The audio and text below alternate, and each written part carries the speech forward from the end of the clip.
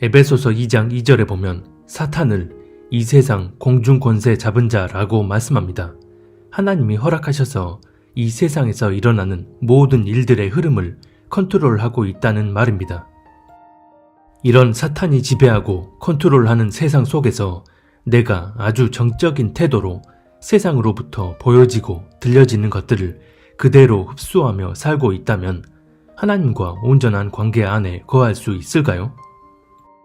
사탄이 사람의 내면을 타락시키고 미혹시키는 가장 강력한 도구는 바로 미디어입니다. 사탄의 컨트롤 하에 주류 언론과 미디어가 내뿜는 것들이 우리 눈에 보여지고 귀로 들려질 때 그런 것들이 과연 건전하고 정의롭고 공정과 사실만을 전달하면서 우리에게 아무런 영적인 영향도 미치지 않을 거라 생각하는 것은 지당한 생각일까요? 아니면 순진한 생각일까요? 그런데 대부분의 크리스찬들은 내 눈으로 보여지고 귀로 들려지는 것들을 아무 생각 없이 보고 들으며 다 흡수해버립니다.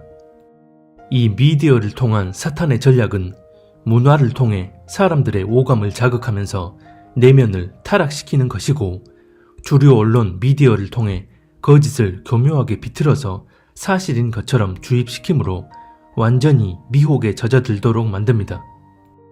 이처럼 우리 내면을 타락시켜서 실상은 하나님에게서 끊어놓고자 하는 게 목적인 사탄이 미디어를 통해 이렇게 우리 눈과 귀를 자극하는데, 그냥 내 눈에 보여지는 대로 내 귀에 들려지는 대로 아무런 조치도 취하지 않고 내버려 둔다면 과연 하나님 앞에 합당한 중심으로 하나님과 동행하는 삶을 살 수 있을까요? 진짜 하나님을 경외하고 하나님과 동행하는 사람들은 세상의 흐름에 나의 영혼 육을 내맡기며 정적인 태도로 일관하는 게 아니라 성령의 인도하심 아래 일방적으로 주입되는 세상의 것들을 분별하여 그 흐름을 담대히 거슬러가는 이들입니다. 가만히 앉아서 내 눈에 들어오고 내 귀에 들려지는 것들을 아무 생각 없이 그대로 흡수하는 게 아니라 내가 능동적으로 봐야 할 것을 찾아서 보고 들어야 할 것을 찾아서 들으므로 바르게 알고 분별하는 일이 이루어진다는 것입니다. 어떤 분들은 세상 흐름 한가운데 살고 있으면서 세상 것 다 끊고 오직 말씀과 기도에만 올인하며 살아야 한다고 주장하기도 합니다. 그런데 아무리 그런 마음을 갖는다 해도 세상으로부터 오는 것들을 일절 내 눈과 귀에 들어오지 못하게 할 수 없기에 어떤 식으로든 세상의 가치 흐름에 영향을 받을 수밖에 없습니다. 그래서 세상 것 다 끊고 말씀과 기도에 전력을 다하며 주님께만 집중해야 한다고 말은 하면서 실상은 주류 언론과 미디어가 일방적으로 뿜어내는 광명하게 위장한 거짓에 대해선 전혀 분별하지 못하고 그런 거짓된 흐름에 휩쓸리는 경우가 바로 그런 경우입니다. 진짜 성령의 인도하심을 받으며 나아가는 이들은 세상 것 다 끊고 말씀과 기도 행위에만 올인하는 게 아니라 세상으로부터 일방적으로 주입되는 것들을 거슬러 봐야 할 것을 보고 들어야 할 것을 듣게 되므로 바르게 분별하고 미혹되지 않게 되는 것입니다. 이렇게 되려면 반드시 스스로를 겸비하게 돌아볼 줄 알아야 합니다. 그래야 오히려 늑대 피하려다 호랑이 만나지 않을 수 있습니다. 즉, 일방적으로 주입되는 주류 미디어를 거슬러 능동적으로 찾아서 보고 듣는다 하면서 오히려 더 큰 미혹에 빠져들지 않게 된다는 것입니다. 하지만 많은 그리스도인들, 특히 하나님의 일에 올인했다는 사역자들을 보면 대부분 이런 세상 흐름에 자기 존재를 완전히 내맡겨 버리는 경우가 대부분입니다. 아침부터 저녁까지 사역을 한 후 집에 와서 TV를 틀어놓고 공중파 뉴스에 몰입하면서 미디어로부터 나오는 모든 것들을 아무렇지 않게 보고 듣고 흡수해버립니다. 또 세상의 자극적인 문화들을 당연하다는 듯이 보고 들으며 그런 문화에 쉽게 젖어듭니다. 그러면서도 스스로는 사탄이 짜고 치는 이 세상의 프레임에 걸려있는 것조차 알지 못한 채 그냥 보여지고 들려지는 것이 아닌 능동적으로 찾아서 보고 들은 것들을 누군가가 말해주면 그것을 되려 미혹됐다 여기며 사탄이 짜고 치는 프레임에서 벗어날 생각조차 하지 못합니다. 대부분의 그리스도인들은 본인들이 이런 세상의 프레임에 갇혀 있는지조차 인식하지 못합니다. 그래서 악을 선하다 하고 선을 악하다 하는 사탄의 전략이 그대로 먹혀들고 있습니다. 하나님의 일을 하는 사역자라면 더더욱 보여지고 들려지는 것들로부터 내 눈과 귀를 철저히 관리하여 세상 가운데 하나님의 마음과 뜻을 온전히 실현할 수 있어야 합니다. 자칫하면 본인이 맹인이 된 것도 모자라 다른 이들까지 맹인으로 만들어 함께 구덩이에 빠지게 만들 수 있기 때문입니다. 그런데 목회자도 그렇고 하나님의 사역을 한다는 이들 중 상당수가 사탄이 짜고 치는 프레임에 걸려들어 내 눈에 들어오는 현실에만 국한된 아주 근시안적인 사고와 세계관을 가지고 있다는 것은 그만큼 하나님을 경외함으로 하나님의 뜻을 헤아리고 그 뜻대로만 나아가려는 100%의 중심이 아니라는 것을 의미합니다. 하나님은 우리가 가진 중심에 맞게 보이는 현실의 이면에 존재하는 영적인 본질을 바로 볼 수 있는 분별력과 사고력을 허락하십니다. 2020년이 시작되자마자 7, 80년을 사신 어르신들조차 태어나서 단 한 번도 경험하지 못했다고 하는 일을 지금 전 세계적으로 겪고 있는데도 지금이 성경적으로 어떤 시대인지조차 전혀 가늠하지 못한다는 것은 그리스도인들의 영적인 사고와 분별력이 얼마나 편협해져 있는지를 여실히 보여줍니다. 계시록 2장과 3장에 나오는 7교회 중 3교회는 하나님을 위한 이런저런 열심과 의로운 행위들이 많았지만 회개하지 않으면 심판하실 거라는 무서운 책망의 말씀을 듣습니다. 만약 표면적인 행위들 자체가 하나님이 판단하시는 기준이었다면 새 교회는 하나님께 책망받을 수는 있더라도 천국에 대한 보장은 해주셨을 것입니다. 허나 주님이 내리신 그 책망은 단순한 책망을 넘어서 회개하지 않으면 토하여 내치겠다, 촛대를 옮겨버리겠다는 것이었습니다. 즉 그들이 아무리 이런저런 행위를 많이 했더라도 하나님 앞에 불의한 중심을 돌이켜 회개하지 않으면 지옥 심판을 피할 수 없다는 것입니다. 왜 이것이 무서운 말일까요? 그들은 스스로가 의식적으로 하나님을 저버렸다 생각한 적이 없었습니다. 이와 동일한 상황이 마태복음 7장에도 보면 나옵니다. 그날에 많은 사람이 나더러 이르되 주여 주여 우리가 주의 이름으로 선지자 노릇하며 주의 이름으로 귀신을 쫓아내며 주의 이름으로 많은 권능을 행하지 아니하였나이까 하리니 그때 내가 그들에게 밝히 말하되 내가 너희를 도무지 알지 못하니 불법을 행하는 자들아 내게서 떠나가라 하리라. 마태복음 7장 22-23. 이들이 주님 앞에서 심판을 받을 때 그들 나름대로 억울한 면이 있었을지 모릅니다. 자신들은 분명 주님의 이름으로 이런저런 행위를 많이 했기 때문입니다. 하지만 그들은 결국 지옥 심판을 받습니다. 그들의 행위 자체의 여부가 아니라 하나님 앞에 어떤 중심이었느냐가 본질이기 때문이고 결국 그들의 중심이 하나님 앞에 합당하지 않은 중심이었기 때문에 그들의 표면적 행위가 아닌 그 온전치 못한 중심에 의해 지옥 심판을 피할 수 없었던 것입니다. 디모데전서 4장에 보면 이런 말씀이 나옵니다. 그러나 성령이 밝히 말씀하시기를 후일에 어떤 사람들이 믿음에서 떠나 미혹의 영과 귀신의 가르침을 따르리라 하셨으니 디모데전서 4장 1절. 여기서 보면 어떤 사람들이 믿음에서 떠나 미혹하는 영과 귀신의 가르침을 따른다고 말씀합니다. 이 말씀은 육적인 차원이 아닌 영적인 차원에 관한 말씀입니다. 이에 대해 4장 3절은 이렇게 말씀합니다. 혼인을 금하고 어떤 음식물은 먹지 말라고 할 터이나 음식물은 하나님이 지으신 바니 믿는 자들과 진리를 아는 자들이 감사함으로 받을 것이니라. 디모데전서 4장 3절. 이 말씀을 보면 미혹하는 영과 귀신의 가르침을 따른다는 게 무엇을 의미하는지가 드러납니다.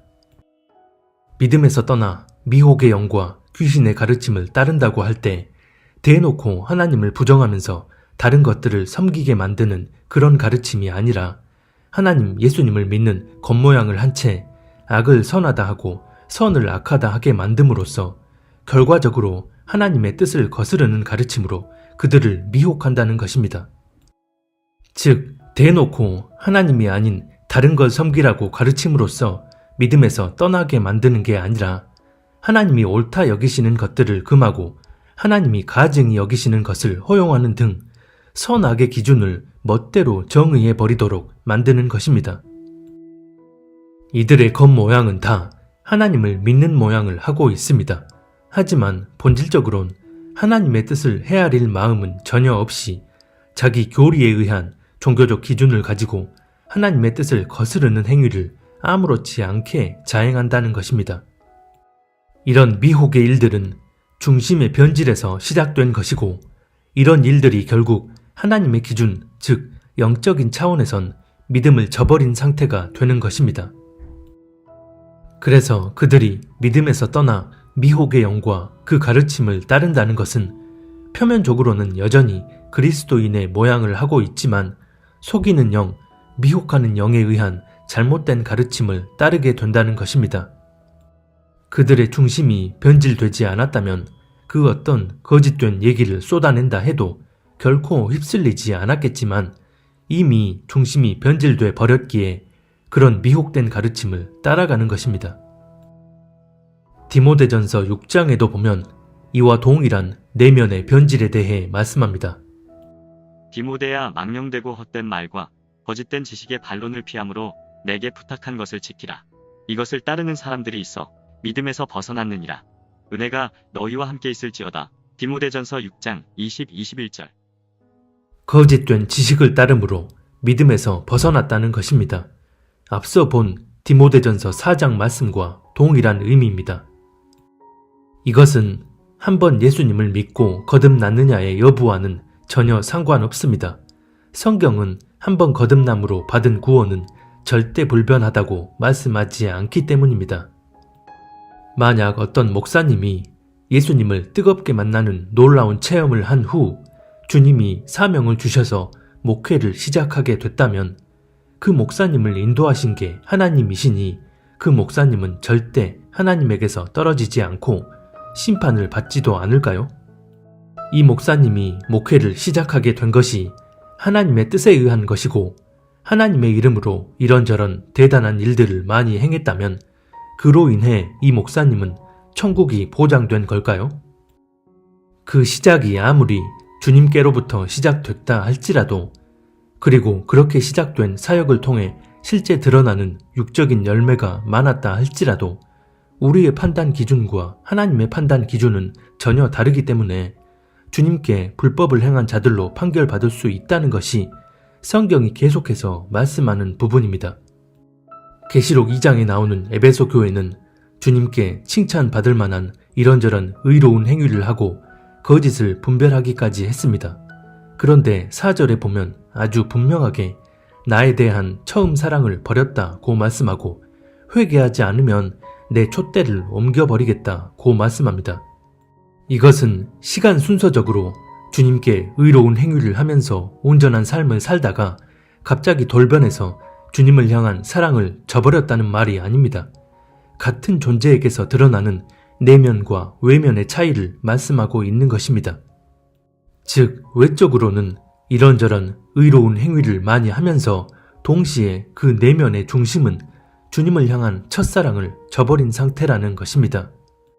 이는 다시 말해 주님과의 뜨거운 첫사랑의 체험이 있지만 그 첫사랑을 잃어버리고도 얼마든 경건해 보이는 외적인 행위에 열심을 낼 수 있다는 것입니다.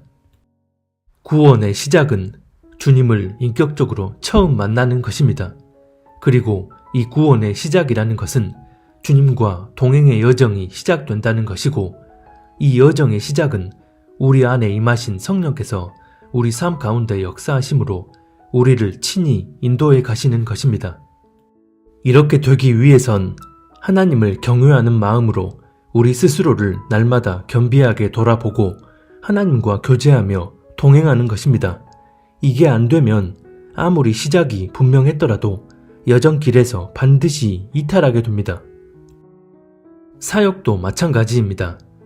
아무리 주님이 맡겨주셔서 시작된 사역이라 해도 주님과 동행하면서 그 인도함 속에 사역을 하는 게 아니라 어느새 그 사역 자체가 목적이 되고 목표가 돼버림으로써 결국 자기 능력, 자기 생각, 자기 교리, 자기 경험, 욕심 등 자신의 어떠함에 의해 사역을 유지하고 성장시키려고 합니다. 이렇게 되면 시작은 주님과 함께 했더라도 점차 성령의 개입은 줄어들게 되고 그런 변질된 마음의 틈을 미혹의 영이 파고들어 결국 인도함의 바톤이 미혹의 영에게로 넘어가게 됩니다. 그리고선 사탄이 짜고 치는 세상의 프레임에 갇혀 그 프레임에 의한 가치 기준대로 나아가는데 하나님의 말씀이 기준되는 게 아니라 세상 기준에 의한 사랑, 정의, 평화, 긍정, 연합 등의 왜곡된 가치를 추구하며 그렇게 미혹의 늪에 빠져듭니다.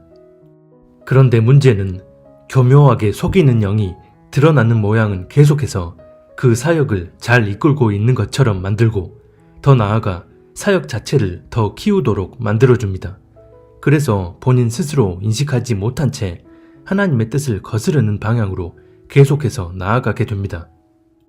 대표적인 예로 WCC 총회의 한국 개최를 주도했던 K 목사님의 경우 목회를 시작하게 된 간증을 들어보면 주님이 역사하셔서 죽을 병이 낫게 되는 놀라운 체험을 한 후 목회 사명을 주셨다는 부인할 수 없는 체험적 간증이 있습니다. 그리고 그렇게 목회를 시작한 이후에도 교회를 엄청나게 양적으로 성장시키고 한국 교회가 새벽 기도에 불을 쏟도록 이끈 지대한 공헌을 하기도 했습니다. 외적인 행위로만 따지면 이분보다 더 많은 열매를 맺은 분이 있을까 싶을 정도입니다. 하지만 이 목사님은 하나님이 가장 가증히 여기시는 배도 행위에 단순 가담 정도가 아니라 가장 앞장서서 한국 교회 전체가 이 배도의 올무에 걸리도록 만들었습니다. 그리고 나서도 이 목사님은 여전히 악을 선하다 하며 회개는커녕 그로 인해 한국 교회가 하나님께 큰 축복을 받게 될 거라며 엄청난 미혹의 영에 사로잡혀 있습니다. 사탄이 짜고 치는 프레임에 갇혀서 인본적 기준의 평화, 연합, 사랑, 정의 등을 추구하며 하나님을 대적하는 배도 행위를 자행하고서도 스스로 전혀 인식하지 못하는 것입니다. 그러면 이분이 이런 영적 상태로 훗날 주님 앞에 서게 된다면 주님은 당신께서 목사의 사명을 주신 거니까 또 그가 행한 이런저런 눈에 보이는 사역의 성과로 인해 칭찬을 해주시고 상급을 내려주실까요? 나는 너를 도무지 알지 못하니 불법자야 내게서 떠나가라고 판결하실 것입니다. 제 생각이 아니라 앞에서 계속 얘기한 대로 성경이 그것을 증거하고 있기 때문입니다. 그렇다면 이분이 처음에 예수님을 만난 체험을 한 것이 거듭난 게 아니라는 것을 증명하는 게 아니라 오히려 한번 거듭났더라도 우리 중심과 상관없이 성령께서 우리를 강제로 인도하지 않으신다는 것을 증명하는 것이 됩니다. 즉, 한 번 거듭남으로 구원을 받았더라도 그 한 번으로 구원이 영원히 보장되는 게 아니라는 것입니다. 예수님을 영접함으로 받은 구원은 다시 말해 삶 가운데 계속해서 우리 자신을 겸비하게 돌아보며 하나님과 동행하는 구원의 여정이기 때문입니다. 그래서 믿음에서 떠나 미혹의 영과 귀신의 가르침을 따른다는 디모데전서 4장 말씀이 적용되는 경우는 한 번 거듭난 체험을 하고 나서 변질의 과정으로 나아가는 경우입니다.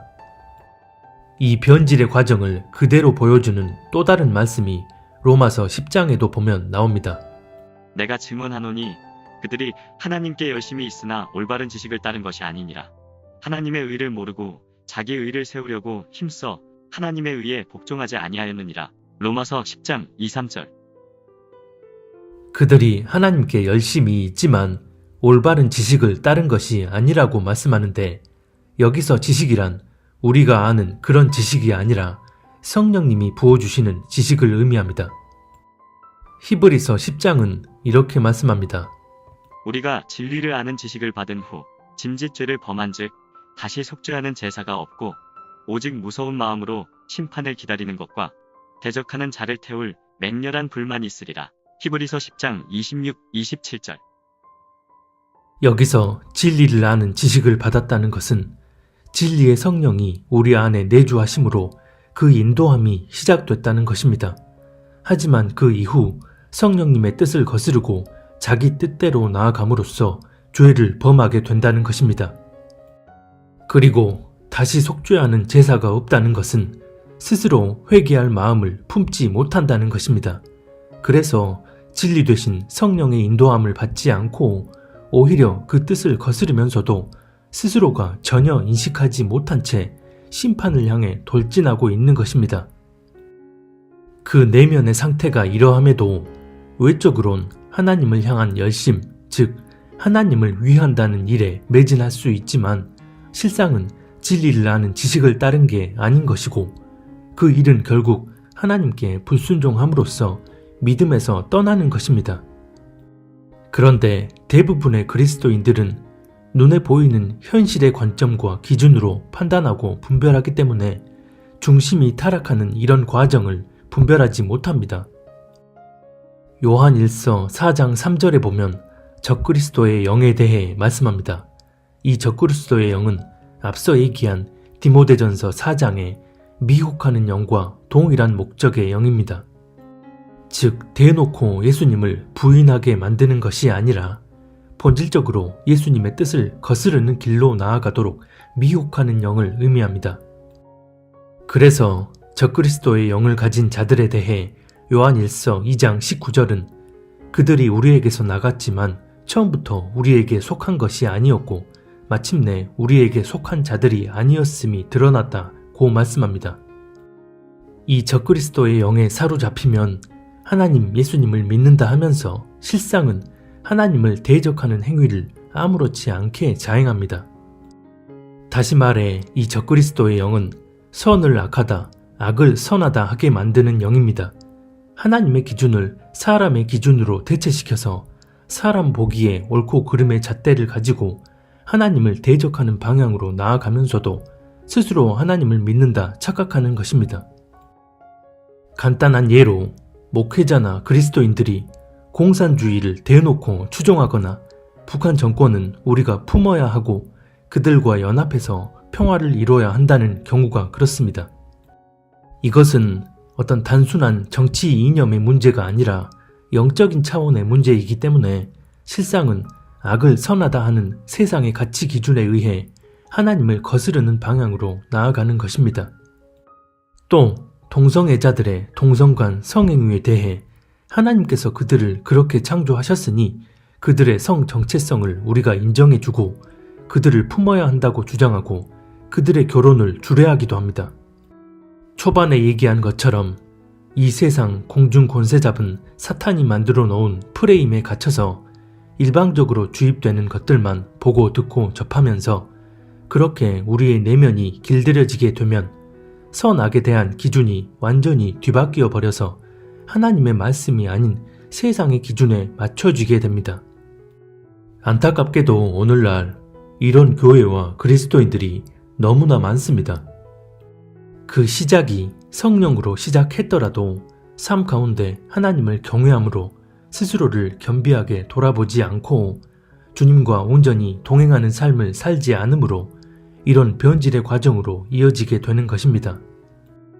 그래서 하나님을 믿는 그리스도인이라면 나는 예수님을 구주로 믿고 있으니 또 나는 예수님을 뜨겁게 만난 그런 경험이 있으니 사역자라면 내가 시작하게 된 이 사역이 하나님이 맡기셔서 하게 된 사역이니 내가 사역을 통해 이런저런 성과들을 드러내고 있으니 자신은 두말할 것 없이 천국이 보장된 사람이라 생각하는 건 미혹의 영이 역사하도록 마음 문을 활짝 여는 것과 같습니다.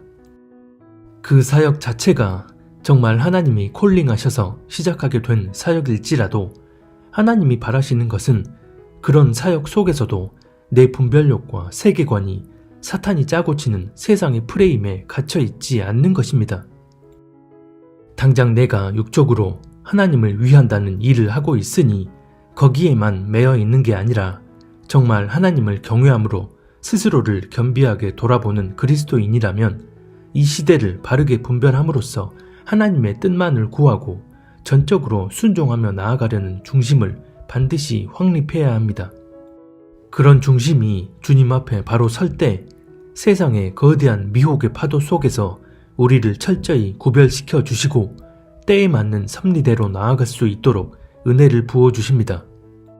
내가 그런 겸비한 마음을 가지고 주님 앞에 나아갔을 때 그동안 나 스스로에 대해 보이지 않던 부분을 비춰주시고 조명해 주셔서 우리가 당신 앞에 합당한 중심이 되도록 인도해 주시지, 애초에 그런 마음 자체가 없다면 하나님이 강제로 우리를 잡아 끌어서 인도해 주시지 않습니다. 출애굽기 33장 19절과 로마서 9장 15절에 보면 하나님은 은혜 베풀 자에게 은혜를 베푸시고 긍휼히 여길 자를 긍휼히 여기신다고 말씀합니다. 그 사람의 중심이 하나님의 은혜를 받을 만한 중심이 아니라면 그 사람에겐 은혜가 임할 수 없다는 것입니다. 계시록 3장 20절에도 보면 누구든지 내 음성을 듣고 문을 열면 내가 그에게로 들어가 그와 더불어 먹고 그는 나와 더불어 먹으리라 고 말씀합니다. 우리가 하나님을 경외하며 스스로를 돌아보는 겸비한 마음을 가질 때 주님이 주시는 마음과 음성을 분별할 수 있고 그렇게 주님과 교제하며 동행할 수 있습니다. 그렇지 않고 본인 스스로 무언가를 했다는 그 성취감으로 인해 또 자신은 이런저런 놀라운 체험과 간증이 있기에 그런 것들로 인해 눈이 가려져 버리고 정작 하나님이 보시는 자기 중심을 돌아보지 못한다면 이런저런 의로운 행위가 많았던 계시록의 새 교회와 주의 이름으로 이런저런 행위를 많이 했지만 주님이 모른다고 하셨던 마태복음 7장의 경우처럼 결국 주님 앞에 엄중한 심판을 피할 수 없게 될 것입니다. 지금 우리가 살고 있는 때는 우리 각자가 죽어서 천국 가냐 지옥 가냐의 문제도 있지만 주님 다시 오실 때 주님 앞에 첫 추수의 신부로 서게 될 것이냐가 어쩌면 우리에게 더 크게 당면에 있는 때일 수 있습니다. 이런 때라면 우리가 더더욱 하나님과 온전한 관계 안에 거하기 위해 우리 자신을 겸비하게 돌아볼 수 있어야 합니다. 우리 주님은 다시 오실 때 철저히 우리가 행한 대로 보응하신다고 말씀하셨습니다. 온전한 중심으로 주님과 동행함으로써 드러난 열매가 있다면 그에 맞게, 그런 중심으로 주님과 동행하지 못해서 드러난 열매가 없다면 그에 맞게 보응하신다는 것입니다.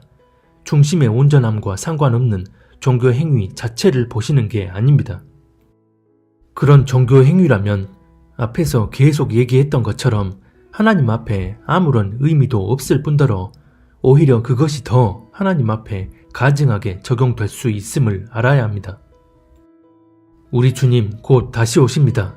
이제는 우리가 우리 내면을 철저히 돌아보고 사탄이 짜고 치는 세상의 프레임을 거슬러 더 거룩하고 정결한 신부가 되기 위해 주님 뜻대로 주님과 동행하며 살아야 합니다. 우리가 그렇게 살 때 사탄이 짜고 치는 세상의 프레임이 아닌 하나님의 울타리 안에 거할 수 있도록 우리 안에 내주하신 성령께서 친히 우리를 인도하여 주실 것입니다. 이제라도 본인을 돌아봤을 때 그런 중심으로 살지 못했음을 깨달았다면 돌이켜 회개함으로 주님과의 관계를 다시 회복할 수 있기를 바랍니다.